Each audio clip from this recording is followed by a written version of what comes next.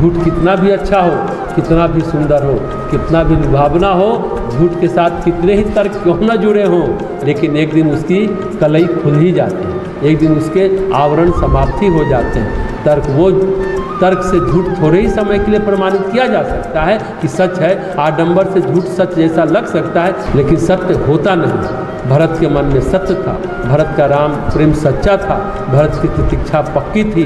जितने भी आवरण थे, जितने भी आडंबर थे, वो सब ढूंढते चले गए वो अपने आप ही। ईश्वर प्रेम के लिए कोई बिरला आगे बढ़ता है।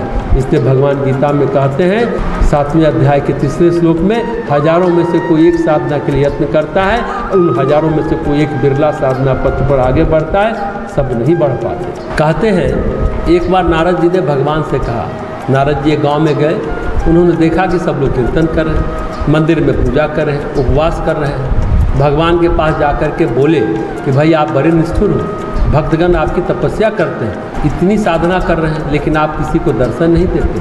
भगवान बोले, अरे नारद जी, ये आपका भ्रम है, ये लोग तपस्या नहीं कर रहे हैं, ये सब बेकार की बात है। नारद जी बोले, अरे हम सब देख कर क्या है, वो लोग रात्रि जागरण कर रहे हैं, ढोल बजा रहे हैं, गाना गा रहे हैं, इतने सारे लोग तो यत्न कर रहे हैं, आप कहते हैं कि लोग कुछ करते नहीं। हम जो देख कर क्या रहे हैं उसे सच माने कि आप जो बोल रहे हैं उसे सच माने। तो भगवान ने कहा कि नारद जी, जो हम बोल रहे हैं वही सच है, लेकिन नारद जी बोले कि हम देख करके तो कुछ और ही आ रहे हैं। अच्छा तो चलो ठीक है, अब आप इतना कहते हो तो चलो हम चलते हैं दर्शन के लिए।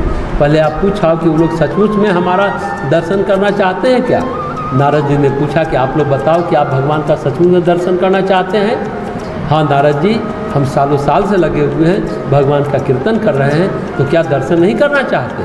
अगर भगवान आएंगे तो हम जरूर उनका दर्शन करेंगे, आप बताओ, हम चलते हैं। नारद जी भगवान के यहाँ पहुँचे और बोले कि आपका दर्शन सचमुच वे लोग करना चाहते हैं। अच्छा ठीक है नारद जी, आप नहीं मानते हो तो हम चलते हैं। नारद जी चले, भगवान भी उनके साथ साथ चले और दूर जाकर गाँव के बाहर पेड़ के पास बैठ गए। भगवान बोले कि देखो नारद जी, अब हम यहाँ तक आ गए हैं बैकुंठ से चल करके, अब गांव वाले से कहो कि वो यहाँ तक आए।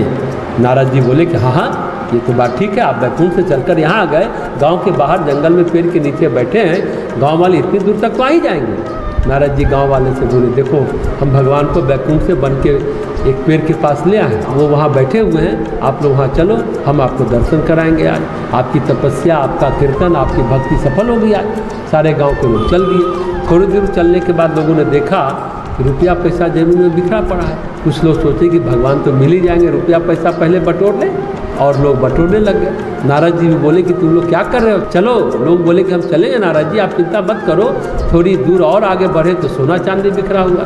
कुछ लोग सोना चांदी बटोरने लगे, कुछ लोग वहाँ छूट गए। नारद जी बोले कि सब क्या कर रहे हो, भगवान वहाँ बैठे हुए हैं और तुम लोग सोना चांदी समेट रहे हो। अरे वो तो कुछ भी दे देंगे, नारद जी ने कहा। तो लोगों ने कहा, अरे नारद जी, बहुत दिन कीर्तन किया, भगवान हमारे ऊपर कृपालु हैं, तभी हमें सोना चांदी मिला है। इस तरह कुछ लोग वहीं रुक गए, फिर बचे हुए लोग आगे बढ़े तो हीरे मोती जवाहर मिल गए, कुछ लोग उसमें अटक गए।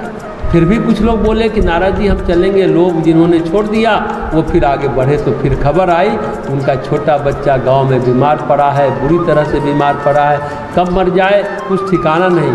तो साथ में चलने वाले कुछ लोग बोले कि नारद जी अब हम नहीं जाएंगे, बच्चा पहले देखेंगे, भगवान बाद में भी मिल जाएंगे। फिर और आगे बढ़े, वन और सघन होता गया, कांटे कंकर पत्थर भयानक जानवर मिलने लगे। गांव के लोग बोले नारद जी आपकी बात मानकर हमने बहुत बुरा काम किया, पहले तो रुपया पैसा छोड़ा, फिर सोना चांदी छोड़ी, फिर हीरे जवाहरात छोड़े, और हम सब छोड़ छाड़ कर आए हैं तो भयानक जंगली जानवर सांप बिच्छू मिल रहे हैं, ये तो हमें मार ही डालेंगे, घर के लोग वैसे ही परेशान होंगे। इस तरह से कोई भी फिर आगे नहीं बढ़ा। इसके बाद अकेले ही नारद जी भगवान के पास पहुँचे। भगवान बोले कि नारद जी हमारे भक्तों की फौज तुम लाने वाले थे, वो कहाँ गए। नारद जी बोले कि भगवान कोई नहीं आया, कुछ तो रुपया पैसा बटोरने लगे, कुछ सोना चांदी बटोरने लगे, कुछ लोग सांप बिच्छू और जंगली जानवरों से डरकर भाग गए, कुछ लोग बोले कि भगवान बाद में मिल जाएंगे, पहले हमारा बेटा बीमार है वहाँ चले गए, कुछ लोग बन के कंकर पत्थर और खाई को देखकर बोले कि नारद जी इतना कठिन रास्ता कौन चलेगा, खाई में गिर गए तो हम मर ही जाएंगे। इस तरह सब घबरा कर भाग गए।